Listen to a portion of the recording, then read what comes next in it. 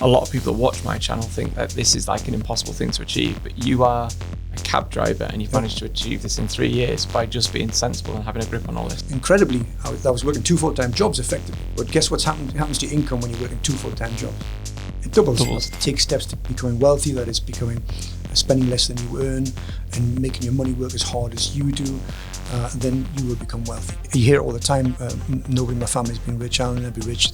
It's them against us, they're keeping us down, there's no opportunities for us, there's no work. And I get a bit sick of that, so I thought if I can record my journey, how I did it on YouTube, nobody can say that, they can't say it's not possible, because just look, I did it and I recorded it. And if you want to do it, just follow me, just do what I did. Don't pay anybody, don't have to pay a guru to them, just watch what I did and just copy it.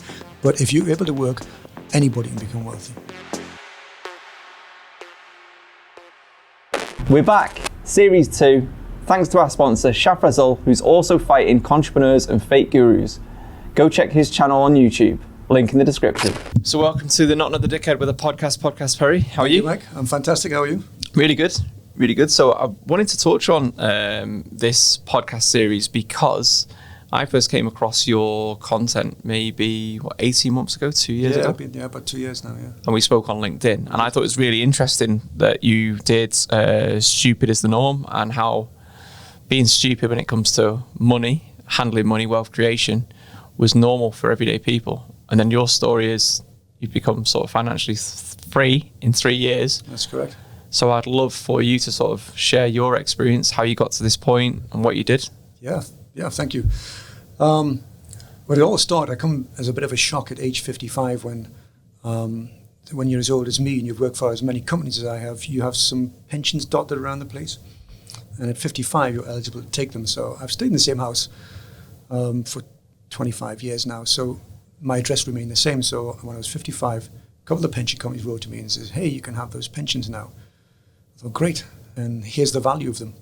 And between the two pensions, it was about £1,500. Well, no, the first reaction was, oh, get in, 1,500 quid, I'll spend that. It dawned on me, maybe it's a year later, 18 months later, that I'd got to the stage where I was 55, 56, 57-year-old, and I'd saved up £1,500. In fact, I hadn't, because I'd spent it by then, by the time I got to 57. I had nothing to money. In fact, it was worse than that, because I had £10,000 of the credit card debt. So I was effectively insolvent. My assets were less than, my liabilities were greater than my assets. So, and I was 57 then, and retirement age for somebody my age is 67 now. So I had 10 years to do something about it. And until that time, I'd been acting normal. I guess the reason now at 55 I wasn't that perturbed that I only had $1,500 left, because everybody I knew was exactly the same. Yeah. Stupid is the norm, as they say. Everybody's stupid when it comes to personal finance. Everybody, most people, when you just look around and see the evidence for yourself. But why do you think that is? Do you think that's because we're not taught sort of wealth and money in school young enough, or we learn from our parents? I think that's a part of it. But there's three elements of this. It depends what your parents are like. As a cab driver, I pick up a lot of drug dealers. It's just part of the industry now. And if I'm honest, there's no malice in anything. It's just them. It's just a job, and they probably got that from their parents. Their parents are probably addicts or dealers or users or what have you. So the environment in which you grow in will definitely affect you. I think there's also the herd element, that we want to be liked. We want to be the same as our peers, maybe a little better off than our peers, and so it's important to us to conform. And so that's what. And also the government, when it comes back to education, are they not taught at school? I think that they're moving now to teaching people about bank accounts and that sort of thing. But when it comes to wealth building and being careful with your money, being frugal with your money, and then investing, there's no upside to the government in that, because the government needs consumers. People save their money and don't consume, and then companies won't make profit. And if companies don't make profit, they can't grow and they can't pay the pensions of the people who are working with them. So we need, as a country, for people to consume. And if we don't buy products, then they can't reinvest and give us the newest iPhone, because people haven't bought the old iPhone. So it's in the government's best interest, and if you wish everybody's best interest, that a lot of us consume. It's what innovates companies to make all our lives better, is the fact that they are making money and making profit. If they didn't spend money, then the government wouldn't collect taxes, and if there's no taxes, you wouldn't have an NHS. So it's in the government's best interest to keep as many people as possible consuming. But not everybody needs to consume. If 10% of the population don't consume and take steps to becoming wealthy, that is spending less than you earn and making your money work as hard as you do, maybe it's working a little harder than the average person and doing that over time, then you will become wealthy. And so that will not bother the country one bit. If 90% of people continue consuming, but you're one of the 10%, then good for you, and that won't hurt the country at all. But it's not in the government's best interest to make sure everybody does this. It doesn't work. I've read a book, The Millionaire Teacher, and in that book, he is a teacher. He's on sort of average salary. I think he's an American, so it's like $35,000 a year. And he says in it that everybody can become a millionaire. Like, if you're on an average salary, you can become a millionaire. And I explain this to people, and I talk about this often. I see the problem as most people want to get rich quick now in sort of 60 days, 90 days, 12 months. But the reality is, if someone could guarantee you're a millionaire at 65, you'd think most people would put those actions into place. But they don't, do they? No, it's my experience. When people say they want to be wealthy, they mean they want to be wealthy now, and they don't want to work for it. If you're working at McDonald's and you're on, actually McDonald's pay quite well, they pay greater than minimum wage. But if you're working at McDonald's, you work at McDonald's from age 18 to 67, and all you did was invest 2 hours of your weekly wage, for over that time, you would be a millionaire, pretty much guaranteed when you retire. But most people aren't willing to wait that time. They want it now, and they don't want to put any effort into it. That's why the lottery is so popular. It's instant. People think that becoming wealthy is an event, that it happens overnight like that, but instead it's a process and it takes time. And the example I often give is Steve Jobs. When Steve Jobs launched the first iPhone in 2007 and made billions, everybody saw him as an overnight billionaire, but forget that he was working at Apple for 31 years before that, just grinding it out, putting the work in, failing lots of times, finding what worked, what didn't work, and then in 2007 became an instant billionaire. Yeah, it's a process. It's not an event. So what are some of the practical things that you've done then to, obviously you came to this very late, so I'm guessing most people, you wish you'd done this, 40 years ago, 30 years ago? I couldn't have done the first 12 years because I was in the forces for the first 12 years. But then I fell into the pattern of doing what everybody else did and searching for that million. I've tried lots of different get-rich-quick schemes because I was normal. I was normal and I was stupid. To become wealthy, you've got to change that behavior. You've got to break that pattern. So what I did was I wasn't working hard enough. I was working 40 hours because that's normal. We have a cult in this country where you work 9 to 5, Monday to Friday, then you take 2 days off, and you save up your money, you get a 2-week holiday in Benidorm or whatever, and that's what you do until retirement. And then you take your old age pension. Maybe if you've been clever, you've been with a company, you've got your personal pension with them, and that's normal life. I'd left that too late to invest in a pension. I was 57. I need to take some drastic action. So I was working as a barman on minimum wage. Actually, it was 50 pence over minimum wage because I was the manager. The fact I was the only bloke in the bar, I wasn't managing anybody else but myself. Perhaps made me feel better. Rather than pay me £1 extra, they paid me 50 pence and call me a manager. But a lot of businesses do that, don't they, with job titles? Yeah, so they just give you like a nice job title rather than pay you it makes more you feel money. good. You can stand in the bar and say, "Hi, I'm deputy manager," or whatever. It's absolute nonsense. We can talk about that subject as well. Don't get me going on that one. But so what I did was, I was working at a bar night shift. I was working from 5 o'clock till half midnight. But that gave me some work to do during the day, time I could work during the day. And I thought about what to do. And I thought, well, I can be a cab driver because I enjoy driving. So I spoke to a few cab companies, did the knowledge test, did the DBS, the police check, paid my fees, and went to work for the cab company. So initially I was working from 7 o'clock in the morning to 4 o'clock in the afternoon, and then I started in the bar at 5 o'clock till half midnight. And I did that for about 3 weeks. Now, incredibly, I was working 2 full-time jobs effectively. But guess what happens to your income when you're working 2 full-time jobs? It doubles. Not surprisingly.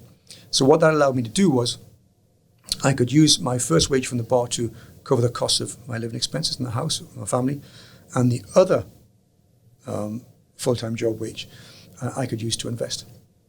Now, it's unsustainable to work from 7 o'clock in the morning till half midnight forever.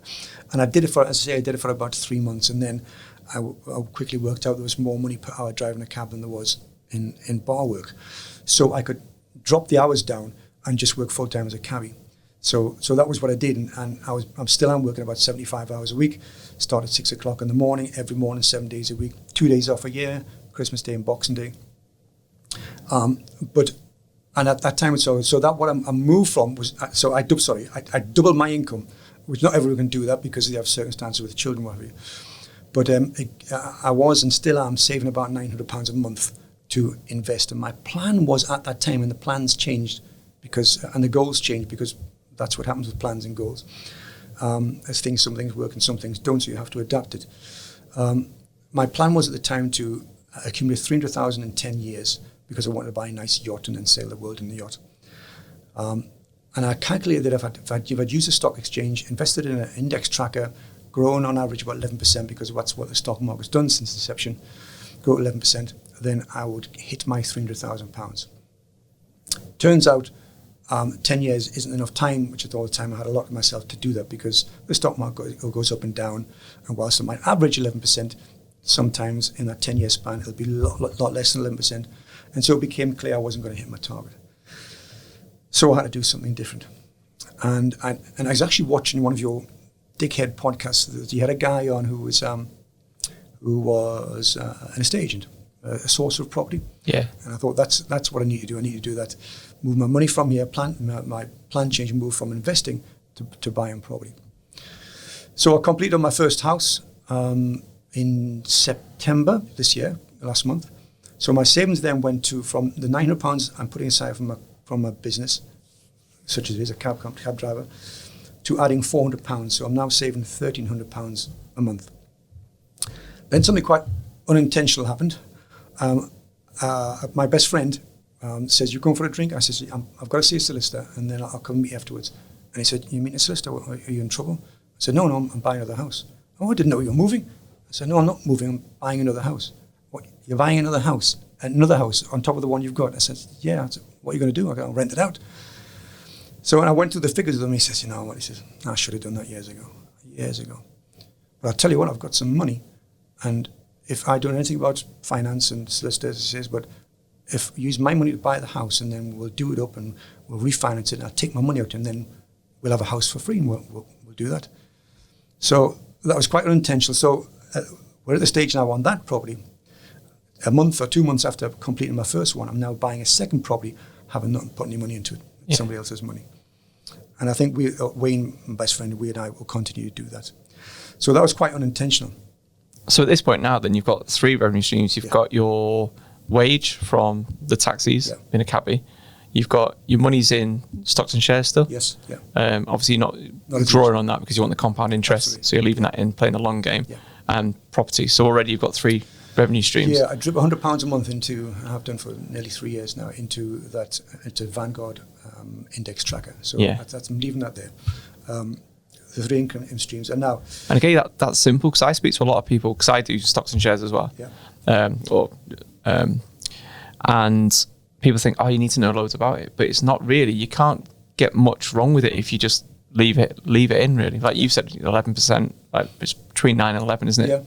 Yeah. If you look at it historically. So again, but I'm willing to leave it until I'm 65. So I've put my... How old are you, Mike?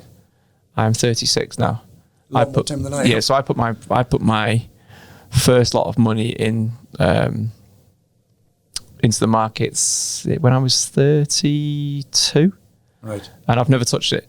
And it goes up, it goes down. I mean, some weeks, especially when COVID's hit, you can lose 15, 20 grand in a day. But then don't panic. Just leave it in. It's back to where I was. Exactly. I took a hit. I think it had grown by 18%.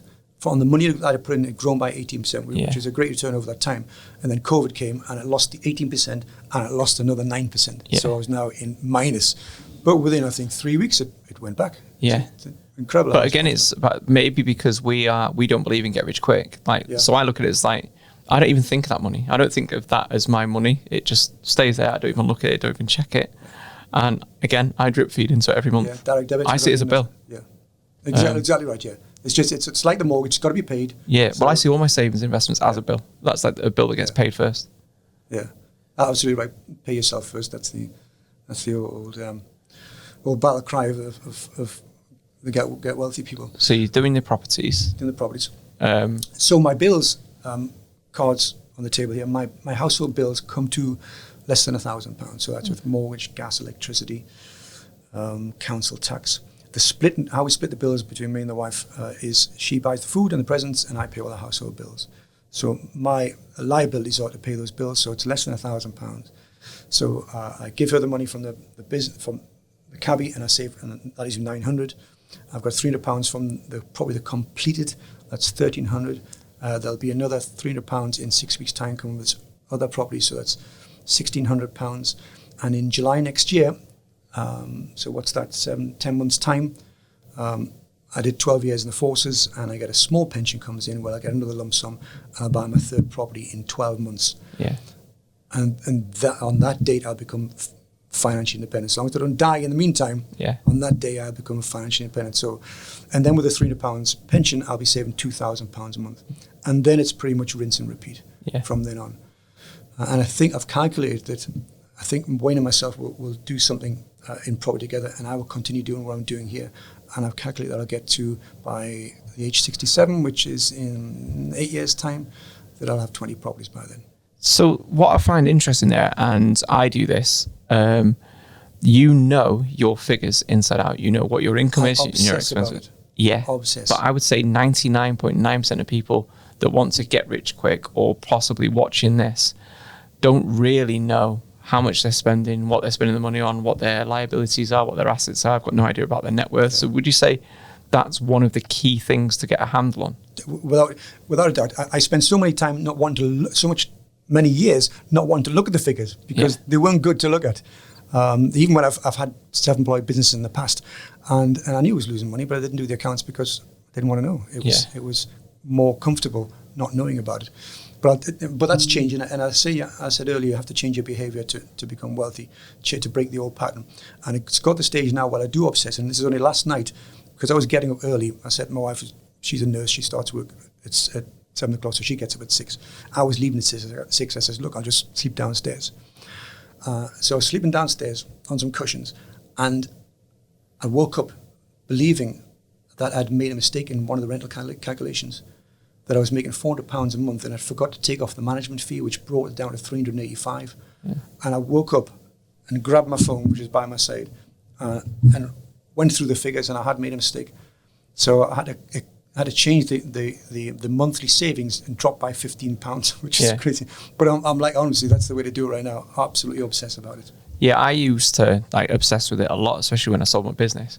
I'd sit there seeing what's going in, what's going out, where was the money. And one of the things I always used to do, I don't know if you agree, so I spend one day a year actually looking at every single household bill that I've got and see if I can reduce those bills. Not reduce my services necessarily, but speak to the providers of whatever I'm getting, like gas, electric, water, broadband, Sky TV, BT, whatever it might be, and try and negotiate better deals. Same on mortgages for any rental properties. If I can remortgage them to get a slightly better interest rate. And I would say initially for most people, that's your best way of making a savings, so free up funds. It's instant, that's exactly right. But then I always look at, so if I save myself £96 a month on all my bills, let's just say it was that, and that was across mobile phone contract, everything, I would then just allocate, because I'm used to spending at £96, that allocate would then go into my investment pot. So it's now another £96 per month is just going in. And I just rinse and repeat that process every 2-3 times a year. I just like, where can I make savings? Right, that's an extra £13 a month I can put into. It sounds mental, but I know that money over 30 years is, like you said, that guarantees you maybe an extra £1 million when you're 65. Absolutely. Yes, I think saving money, reducing your bills is important. I've just it puts a pain in the arse, isn't it? And what I've learned to do, there was a guys on I bet you've seen it, on Dragon's Den, who did a gas electricity comparison site, and you switch to them, and every year they do it for you. Yeah. I think it's Pay My Bills or something it's called.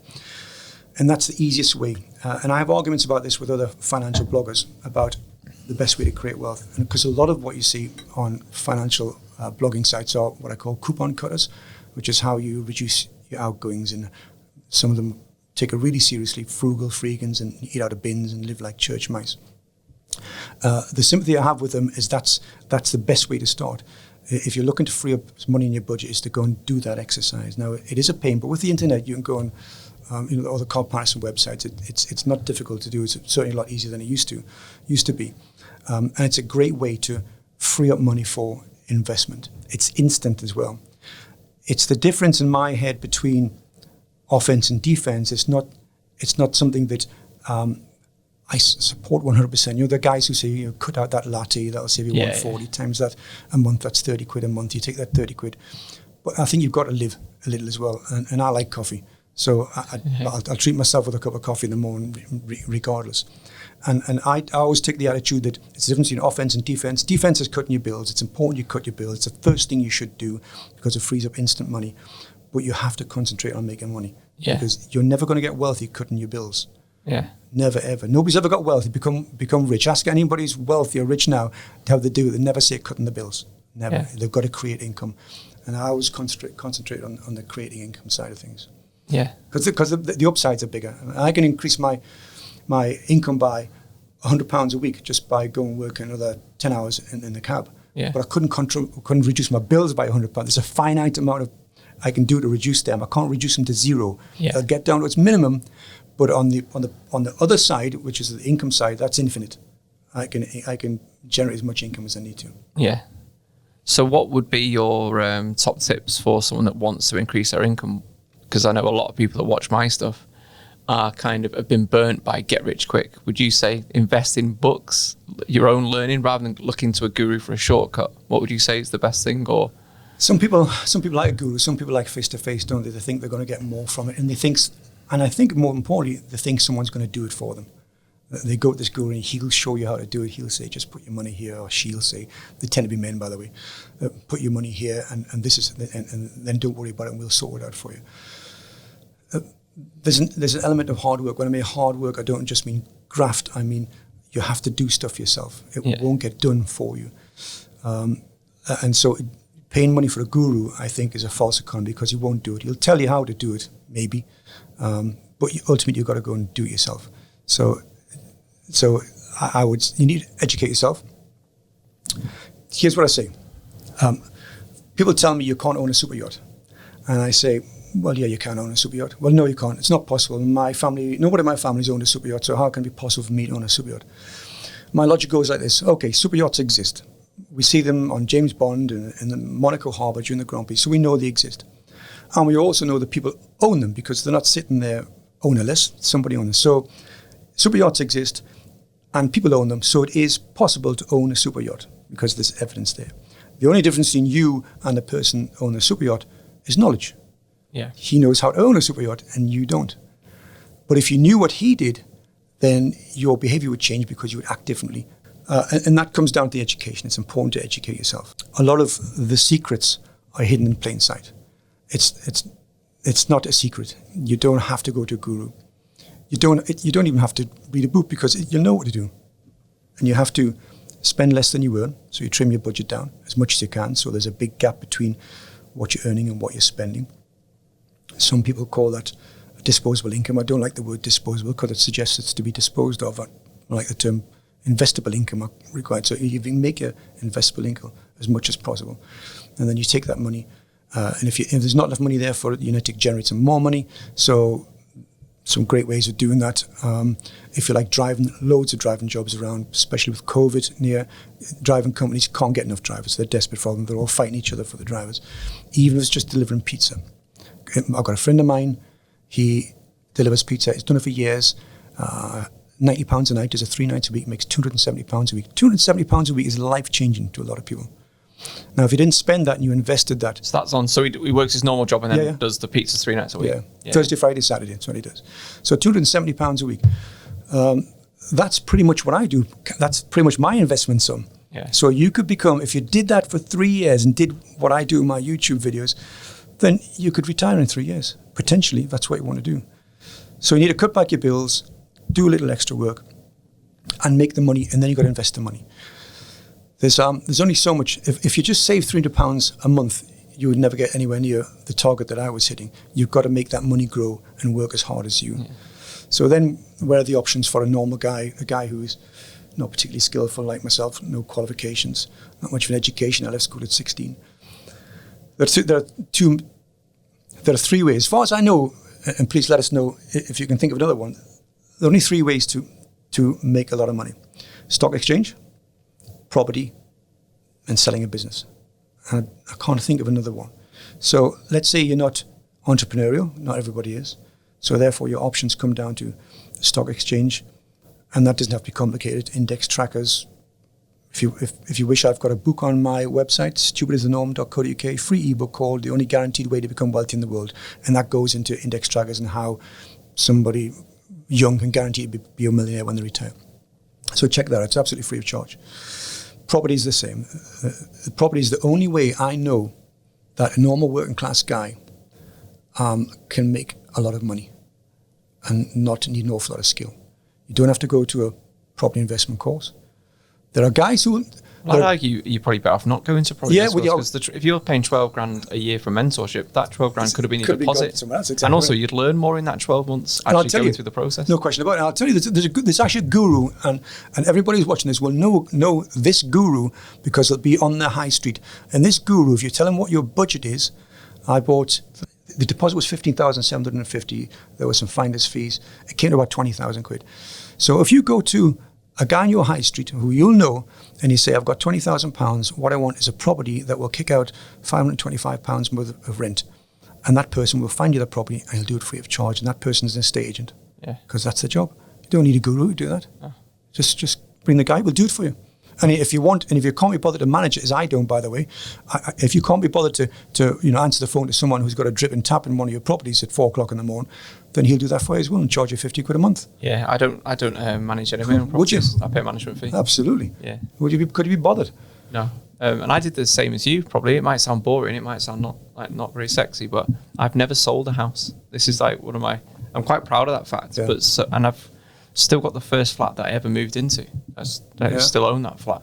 But I saved up the deposit for my next house and then just put it in like traditional way. Yeah. I mean, there are better strategies. Yeah. There are using other people's money. There are ways of doing this type of thing, but I've done it the long play, where literally I'd save up 15,000 and that would be my deposit, 10% deposit on £150. That's how I'm doing. That's exactly how I'm doing it. And every time you buy a new property, it puts another 400 quid or 500 quid in your investable savings. And then it stays in the pot. And then when all the properties save up 15 grand or 20 grand, then I go and get another one. And I set myself a target of one property a year until I was 45. That's my own personal target. Absolutely.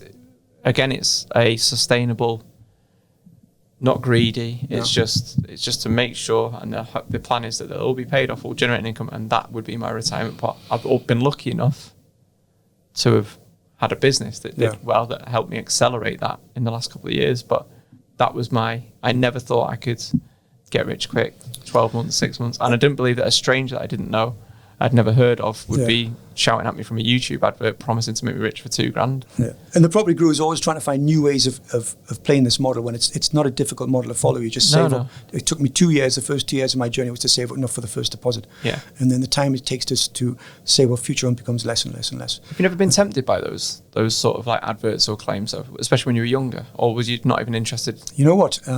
I wouldn't say I worked for a company, but back in might be just after 2000, there was a company called Inside Track, and they had to get 200 people at a seminar, all whom paid, I think it was £3,500. Could be wrong with the figures. And I was paid as a presenter as to how to raise funds to do that. But I was bankrupt at the time, so I couldn't do it myself. Yeah. So I wasn't tempted. I might have been tempted, but it's interesting, the herd mentality. So you were on stage there telling people how to raise finance. Didn't know you were bankrupt. But you were perceived as the actual guru on stage there. No, I wasn't. Well, I was employed by. I wasn't actually employed by them. I was employed by the finance company to teach people how to raise finance, to mortgage and remortgage the house and take money out of the house. So So and then somebody made the comment, "Hey, this guy's giving financial advice. I think we better get him qualified." So within a month, I was a qualified mortgage broker. Yeah. And I never bought a property. I couldn't because I was bankrupt at the time. So yeah, I've been there, done that, and you know that was a model at the time that worked. By the way, inside Track's defence, property prices were rising 15% a year. Yeah, well, I mean, look what happens. People were writing self-cert mortgages for like 125%, weren't they? It was like free money, wasn't it? And so, then, well, it fucked up the economy. And you talk about the herd mentality. They would say that then. So I do the finance bit, and then the company would come on and give their pitch and say, look, we've got 20 properties here. The discount. There were no money down deals. That was quite legitimate at the time. Gifted deposits. So there's no con involved, but knew what they're doing. And we've got 20 properties we're going to release, and there's 200 people in the room. And they're going now, and you see human greed. You see them charge the back and literally chucking their credit cards. I'll have money, take the deposit on this over the queue. Yeah. Do you remember back in them days as well? Like the financial crash, people were like back to back in houses, weren't they? As well, they were getting buying it at X price in the morning and selling it for 30 grand more. You could do that.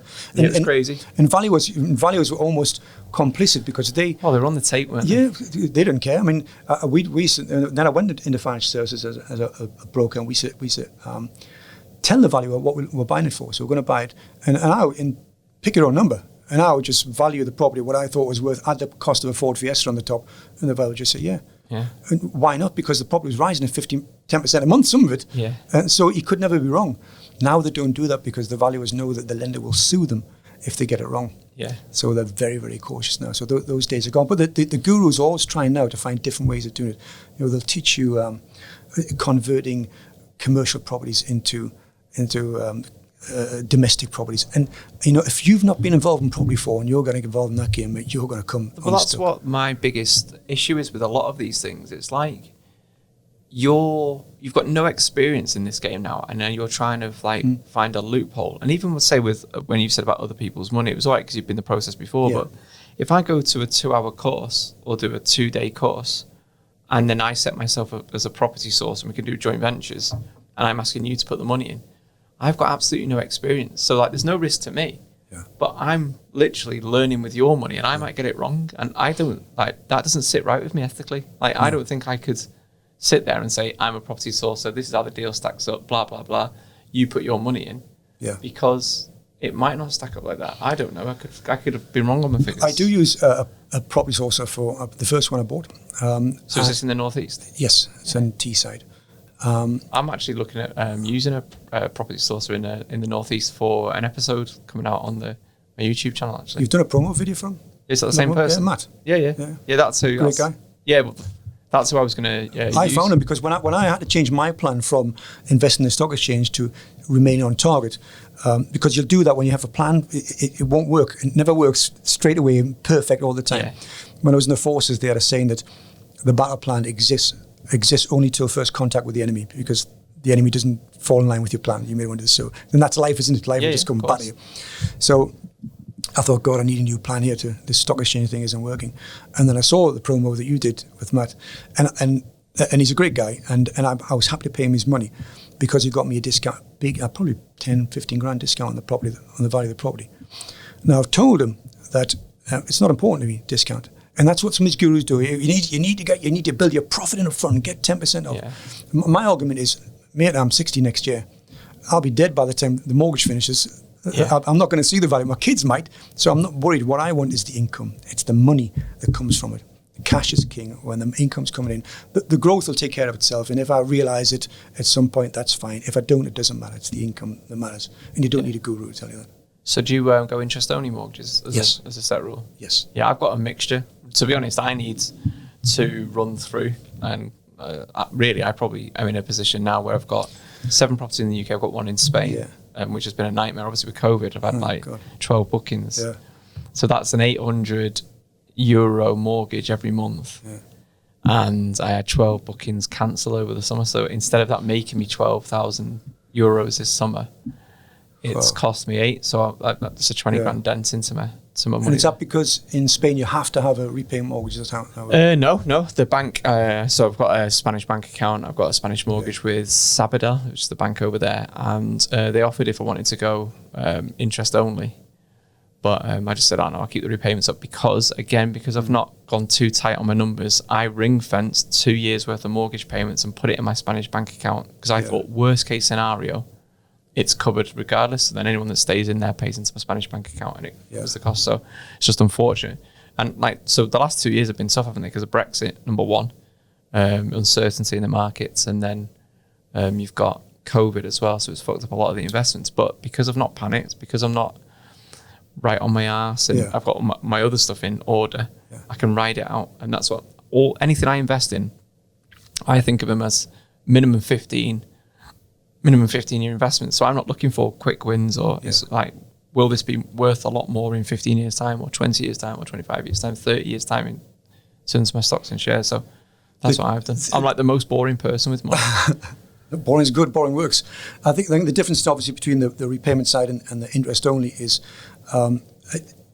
the repayment will effectively double the monthly mortgage payment thereabouts on 25-year term, on a rule of thumb, which means you're getting less profit from the rent. And so that's the reason I don't do it that way.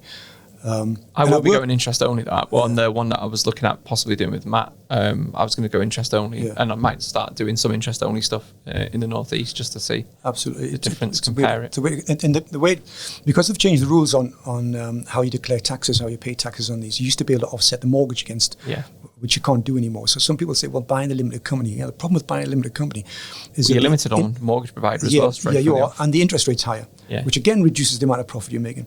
So my mortgage on the one I just bought is £85 a month. Now the tax, I can't offset anymore, so I've got to pay the tax on the whole on the £85.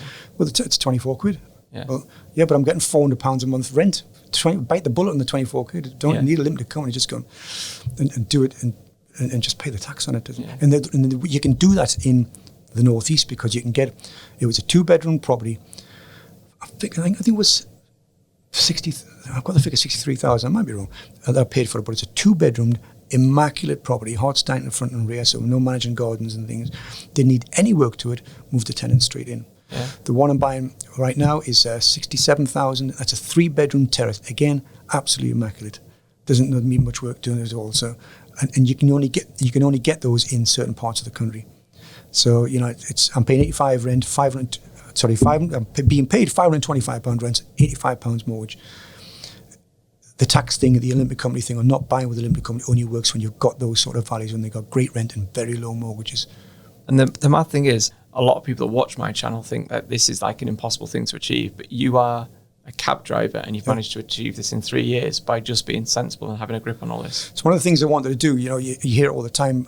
Nobody in my family's been rich. I'll never be rich. It's them against us. They're keeping us down. There's no opportunities for us. There's no work. And I get a bit sick of that. So I thought, if I can record my journey, how I did it on YouTube, then nobody can say that. They can't say it's not possible, because just look, I did it and I recorded it. And if you want to do it, just follow me. Just do what I did. Don't pay anybody. Don't pay a guru to them. Just watch what I did and just copy it. And if you put in your comments, any questions, any help, I'll answer them. So it is possible. In fact, I believe it's possible for anybody who's able to work. And I think that's the only caveat I say. As long as you're able to work, there are people who are disabled and who have anything. It's incredibly difficult to do that. Although there are lots of ways online you can make extra income now, which wasn't available when I was a kid. But if you're able to work, anybody can become wealthy. And it's not even a matter of age, because I started when I was 57. Yeah. And I was working behind a bar. Imagine, what sort of a loser was I? I was working at 57 behind a bar on minimum wage. So the earlier you start, the easier this will be. Easy. If you're working at McDonald's, I think I said it earlier, and you save 2 weeks of your 2 hours your weekly wage, invested in an index tracker, so from 18 to 67 when you retire, you'll be a millionaire. Yeah, and no one would say that. No one would think that, would they? No. From McDonald's to millionaire. Patience. I did a video on it on how to work at McDonald's and become a millionaire. So I want to say thanks for joining us on the podcast. I've enjoyed it immensely. Where can people find you? Well, we have a website. It's stupidisthenorm.co.uk. There are lots of free ebooks on there, telling you exactly how I did it, and there's some helpful spreadsheets. And you can go to the YouTube channel, which we'd like people to subscribe to, so you can follow my journey. We're not just going to keep on buying property.